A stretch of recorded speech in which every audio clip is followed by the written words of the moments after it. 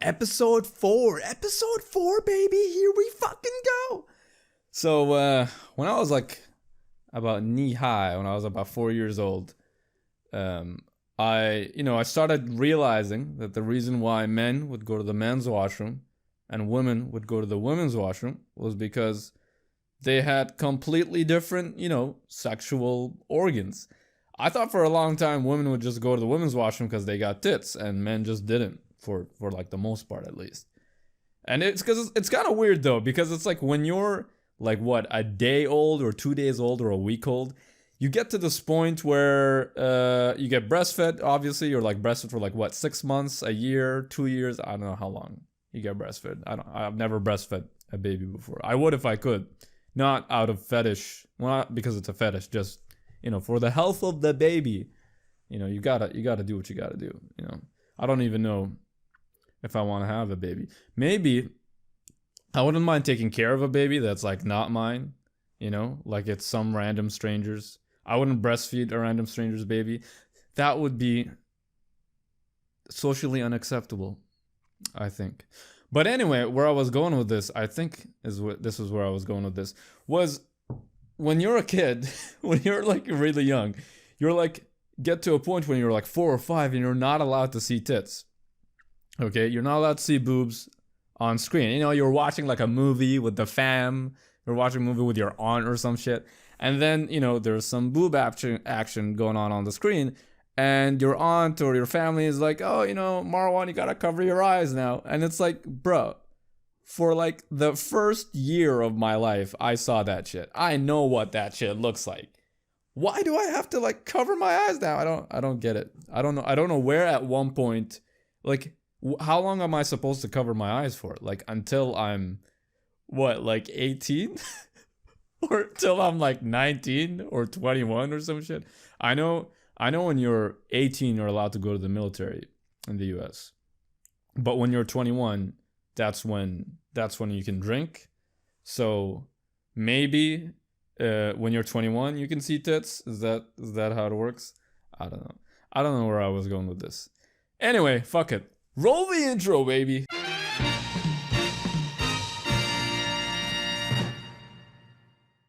All right, so we are at episode 4. Episode 4. I did a whole recording of this episode. Unfortunately, the sound sounded like shit, and I did not want another audio issue going on, so I had to re-record the whole thing.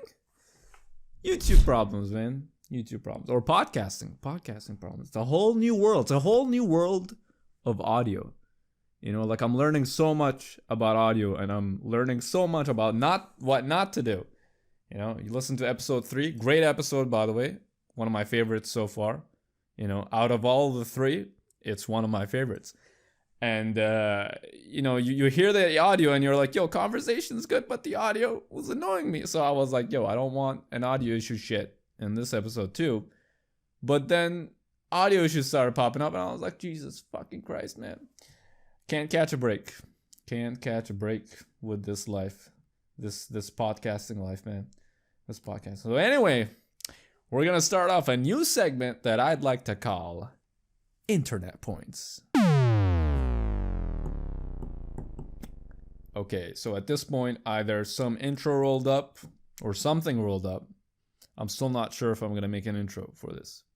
So either there was like a gap where I didn't say anything, or there is some sort of song that got played.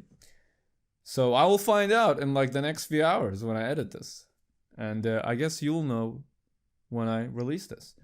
So anyway, we're going to start off with the first piece of news. Has the state of Israel made contact with aliens? Let me check the audio on this. Okay, everything looks good. According to retired Israeli officer and current professor Haim Eshed, I don't know how to pronounce that. Haim Eshed, Haim, and then Eshed. The answer is yes. But this has been kept a secret because humanity isn't ready. So this guy is saying that there's a conversation going on between the Israel and the US with aliens. And look, I'm not saying that it's bullshit or it's real. It's just like, I'm just not surprised.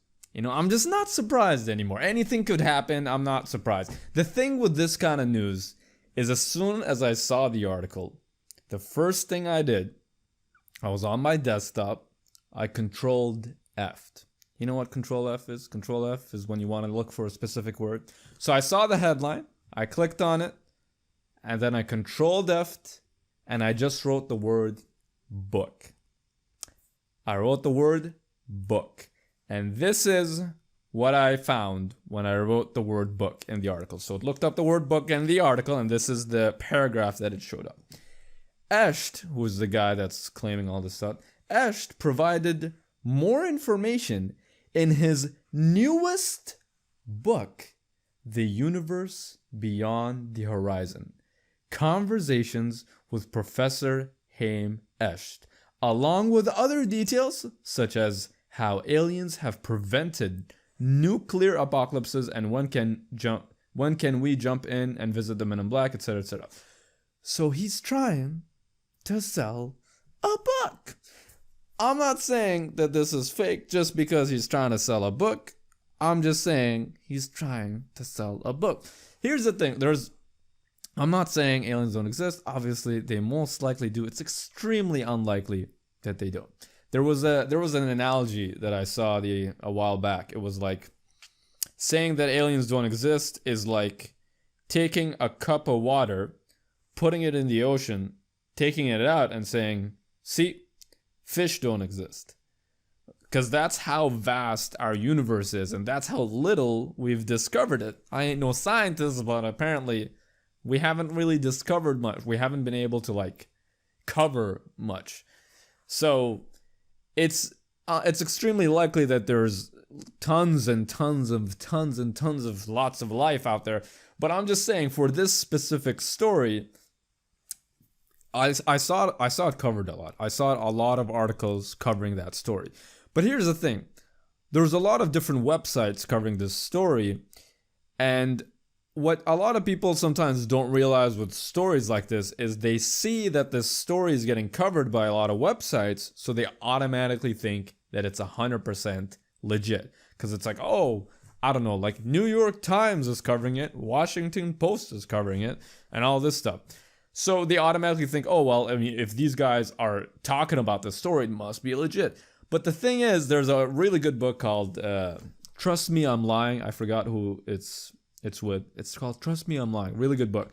And he talks about this. He talks about how sometimes you'll see tons of websites, tons of articles and shit on a specific topic or on a specific news story. But the thing is, all those websites got it from the exact same source. So if he got it from the exact same source, that doesn't make it legit. It just makes it, I don't know, what the hell does that mean? It just makes it so that they all got it from the same source, so it could still be just as fake as if it wasn't covered by any website, because it's all from the same source.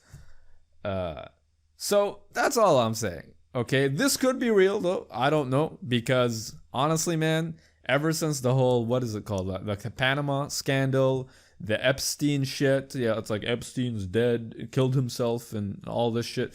Like, anything can happen, man. You just don't know. You just don't know nowadays, you know? Something could happen. I don't know. One day Obama could be an alien and you'd be like, I mean, it's surprising, but it's like, is it really surprising?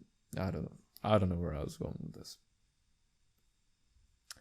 Anyway, next up on piece of news number 2, we got an article from the BBC.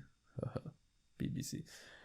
From the BBC, it says, Japan to fund AI matchmaking to boost birth rate. So Japan plans to boost its tumbling birth rate by funding artificial intelligence matchmaking schemes to help residents find love.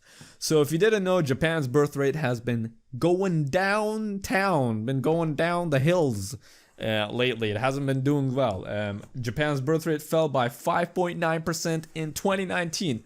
Marwan with the fucking facts. I did my research on that one, baby. I know what I'm talking about, but that's the only factual thing I brought up. I don't know the rest of the other facts.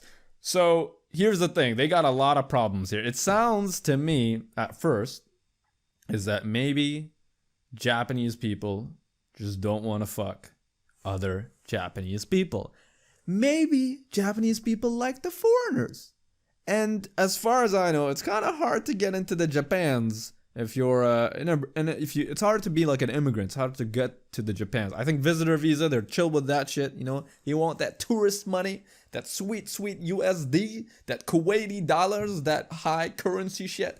But when it comes to like working there, I think they're kind of a bitch with that stuff. I'm not 100% sure. I just like, based on what I've heard on Reddit or some shit, I just assume it's kind of a place that it's a bit tough to work in. Also, they're very like I've heard a lot that they're very like tough on foreigners in terms of like integrating them into their society. It's like if you're a foreigner, regardless of how good your Japanese is, you'll never be like truly Japanese kind of thing. Like you're never one of them. You're always the foreigner. So I mean, it is what it is, man. They're very protective of their culture, but I mean, if you want to be protective of their culture, you gotta bring the babies. You gotta fuck each other, man. You know, maybe they should. Eastern Europe is not that far from Japan, man, and they got all the hotties there. They should. That's what the Japan government should do: is just move a bunch of Polish girls to Japan, and their birth rates are just gonna suddenly skyrocket out of nowhere. It's like, what's going on? I don't know, man. All these Polish girls. Have you ever been to Poland? They're fucking gorgeous over there. Poland, Ukraine, Romania. Most beautiful girls I've ever seen in my life in one spot. It's like crazy. Like the one that shook me was Ukraine. That was the one that shook me. Kiev, Ukraine, before all the shit happened. I went there and I was there for like 2 months or something. And I was mind blown by the amount of gorgeous girls in there. It is ridiculous how many gorgeous girls are there. It's like left and right IG supermodel type shit. And it's so crazy because it's like there are so many attractive women in Ukraine that you see extremely attractive Ukrainian girls with like the shittiest jobs, which you would never see in the West. And when I say the shittiest jobs, I'm talking about like you'll see like a smoking hot girl be a janitor in like a mall or something. You'll see like a smoking hot girl in like a 24-hour mini mart in like the middle of nowhere, and she's like working a 3 a.m. shift, which is, dangerous. You probably shouldn't do that. But there's just so many pretty girls there. It's like they just take everything. Like it's like, oh, whatever. There's just so many of them. It doesn't matter. Like in the West, if you're used to like even Western European culture or or the Western culture like Canada, North America, even the Middle East, man, even the Middle East, like women don't take those jobs. Like very attractive women don't take those jobs. They're not going to be janitors. They're not going to be like working at 3 a.m. in a mini mart or some shit. It's like you don't take those jobs. You don't take like the Uber jobs and shit. Whereas like over there, they take those kind of shit, man. Very, very fascinating. Very fascinating. But anyway, so this girl in the same article, going back to the article, this girl named Sachiko. Oh man, I don't know how to pronounce her name. Her name is Sachiko Horiguchi. Gucci, damn, you Gucci girl, you're Gucci. I don't know how to pronounce her name, but she's a anthropologist, medical anthropologist, and she's saying that there are better ways for the government to bump up the birth rate than subsidizing AI matchmaking, such as helping young people earning low wages. So it seems like the problem is that there's a link between lower income levels and the loss of interest in romantic relationships among young Japanese people. So it seems like a lot of Japanese people are just having a hard time making money. If you don't make money, you can't have kids. It's hard to have kids when you don't have money. So which makes perfect sense. So I don't know, man. I feel like the Japanese government, the Japans, they make their decisions based on data. You know, like it's like they have their data, you know, they have their senses or whatever the hell they track, and they have their data, and then they're like, okay, based on the data that we have, we're gonna where was I going with this? Based on the data that we have, this is what we're gonna do. We're gonna do an AI thing, and according to the data that we have, it's gonna help out. So I assume that's how it works, and it wasn't just some old dude being like, "Hey, let's use AI to like hook these people up" or some shit. I don't know. I've always been in the mindset of you should be making data informed decisions, not data driven decisions. Like data driven is not good, because data driven basically says, the idea of data driven is like, you see the data, and according to this data, this is what we're going to do, which is not how you should be doing it. How you should be doing it is you see the data and you take what you can from it, and then you process that shit mentally and you discuss that amongst your peers and you figure shit out. That's kind of how it should be. It should be data informed. So I don't know. Maybe this decision wasn't even data informed. Maybe it's just some dude being like, "Hey, you guys should fund my project." And they were like, "Sure, we'll fund your project." And then this whole article came out and it completely misinterpreted everything. Which can totally happen. Can totally happen. So we're going to have a message from the sponsors of this episode. Have you ever felt like you look too normal when you're outside? Have you ever felt like you wanted to look in a way or dress in a way that makes you stand out, that makes you unique? Well, do I have the product for you? So there's a product called the Hammacher, the product called the Protective Personal Pod by HammacherSchlemmer.com. So this product is a pop-up portable protective pod that helps you avoid exposure to germs in settings where you may be unable to maintain a social distance. So for those of you on audio, okay, this thing is like a fucking giant plastic bag on top of you, and there's like armholes in it, and the whole thing is to basically, it was made during the COVID times, you know, during our times right now, and it's supposed to quote unquote protect you from COVID. And in the pictures, the people aren't wearing masks, they're just putting the fucking plastic thingy on, and it looks fucking ridiculous. There's like a picture of a girl like in a coffee place, like on her laptop. There's another one of another girl like on a train station, and it just looks so freaking bizarre, but they're trying to make it look normal. It's like, oh hey, you know, tough times call for tough or different measures, or whatever the hell that quote is. I don't know what that. Sometimes I'll say things and I'm like, I don't know what the fuck that was, and I'll just kind of keep going, and then eventually it'll just form a sentence, and I'll be like, hey, that sounded coherent, and I'll be like, okay, that's how people communicate. They basically say letters. They combine letters in their heads, turn them into words, and then from those words they put them together, and those words form sentences, and then it's like, does that make sense? And then the people around you are like, yeah, I think that makes sense. And you're like, cool, I am communicating. That's basically how my brain works. It's like word vomiting. You know, you just say what's on your mind, and then sometimes, hey, holy shit, that makes sense. I think I made a point. But then sometimes it's like, what the fuck? I just made my ex-girlfriend cry, or someone I'm dating cry. And which, yeah, happens way too much, man.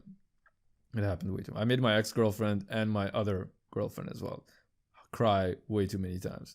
I don't know, man. Sometimes like I'll just say something, and in my head it's like a joke. It's like, hey, doopity, and then she'll cry, and then I'll be like, oh fuck, I did not mean it in that way. I'm like, baby, I'm sorry, and then she'll be like, why would you say that?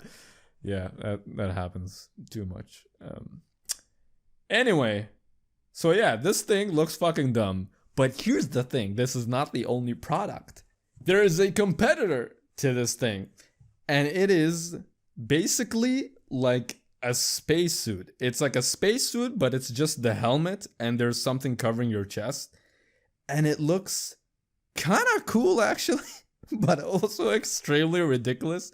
And they're doing the same thing that the Hammacher Schlemmer people are doing, which is they're putting the person that's modeling the product in like very normal settings, and they're trying to make it look like, oh, you know, you just kind of wear it on your way to work and something, and it just, man, it looks so fucking ridiculous.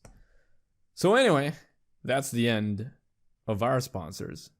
So now we're gonna go to probably my favorite piece of news yet. Tom Cruise, baby. Yes, we are gonna be talking about Tommy Cruise. Tom Cruise is planning to shoot scenes for Mission Impossible film in space. Okay, that's what the headline is. My English is not that bad, I promise. So, the Hollywood star hopes to make history as the first actor to film scenes in space in the forthcoming 8th Mission Impossible film. Sorry, I don't know why I said 8th in that weird way. Which is currently filming in Europe. I didn't even know there were like 8 Mission Impossible movies, man. Jesus fucking Christ. You know Tom Cruise? 58. 58 years old. The guy wants to film in space. He's fucking crazy, man. Love this guy, man. I have so much respect for him. He is extremely passionate at what he does, man. He is Mr. fucking Impossible, and he is super into acting, super into the movie business and whatnot. And man, the thing is, when you're Tom Cruise, it's like, you can't go out in public. That's the downside of being someone as big as Tom Cruise. There's no going out in public and just enjoying the world. Unless he wears like a suit or something, like, you know, sunglasses, a fake beard, maybe a Santa hat or some shit. Maybe look kind of creepy so people can stay away from you. Maybe you can enjoy life that way. But because I know he did that at one time. He like dressed as like a UPS driver or FedEx driver or some shit. I think he did something like that at one point. It's kind of funny. So, I mean, clearly he's used to it. So maybe that's how he does it, actually. Maybe that's how he kind of lives.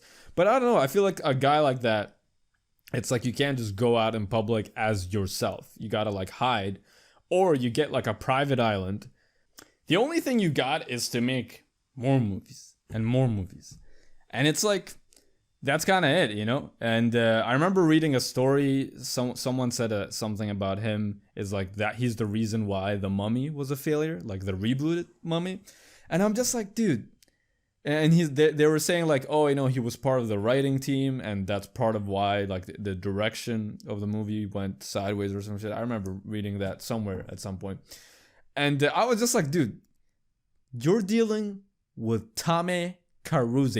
Man, you're dealing with Tom fucking Cruise. Of course, he's gonna have his hands on everything that he works on. I highly doubt at this point in his career, he's just doing the acting and he just fucking goes home after that. He for sure has something to do with the screenplay, the writing, the direction in some way. Like, he's definitely having those kind of conversations. Like, Mission Impossible is this guy's baby. Do you really think someone like Tom Cruise doesn't have anything to do with the writing, with the story? Have you seen like Mission Impossible Fallout, by the way? You should check out Mission Impossible Fallout if you haven't. It's like the best one. Hands down, the best one out of all of them. Mission Impossible, well, I mean, story-wise, not the best one. I still give that to 3. 3 is still the best one story-wise. That love story, man, it's so good. You know, he's hiding who he really is, and then she finds out, and then they still fall in love and all this shit. Oh man, it's so good. It's so good. Love that story. Love me some Tom Cruise. But man, Fallout is basically showing Tom Cruise constantly upping his game. You know, like the set pieces, the action is just going next level every single time. And man, Tom Cruise looks so fucking good when he runs. The guy, they should just have an action scene where he's like running to space. You know, just like fucking run up or some shit. Do some fucking CGI shit where he's just running the whole way, all the way till he gets to space. How long would that take? Like 3 hours or something? That's like a whole movie. Okay, I think that's like 3 hours. How long would that running? If you run like all the way up, Just straight up. How long would it take you to hit space? If you take like a let's say like a 3 hour jog up, would it be like would it be a lot? Like would it take you like I don't know. Like is it like 30,000 kilometers or some shit, or is it like I don't know, like 5 kilometers? It's not really that far. You can hit space pretty quickly. I don't know, man. But man, yeah, have a lot of respect for Tom Cruise. Yeah, people call him like the whole like, he's a Scientologist and all this shit. He's crazy. But dude, if you look into any religion, you can find crazy shit in any fucking religion, man. It's not just Scientology. And Scientology isn't like, oh well, Scientology is weird because aliens, blah blah blah. It's like, dude, they all have weird shit in them. Okay? All of them. Every single one of them has some weird ass shit in there, and you're like, okay, this is their version of like the aliens for Scientology, basically. Okay, so I just don't think that's like the whole Scientology thing is like an excuse of him, like, oh well, he's crazy because of this. And man, you can't deny that the guy is fucking driven, man. He's super driven. He's very into what he does. It is like very inspiring, and he's super passionate about the movie business, the businesses with the movies, with the Hollywoods and whatnot. He's very good at that shit, man. He's gotten to where he is now. So anyway, that's all I have for today, boys and girls. Thank you guys for joining me on my first solo episode of the podcast. Please and thank you. Hope you guys have a wonderful rest of the day. Peace out.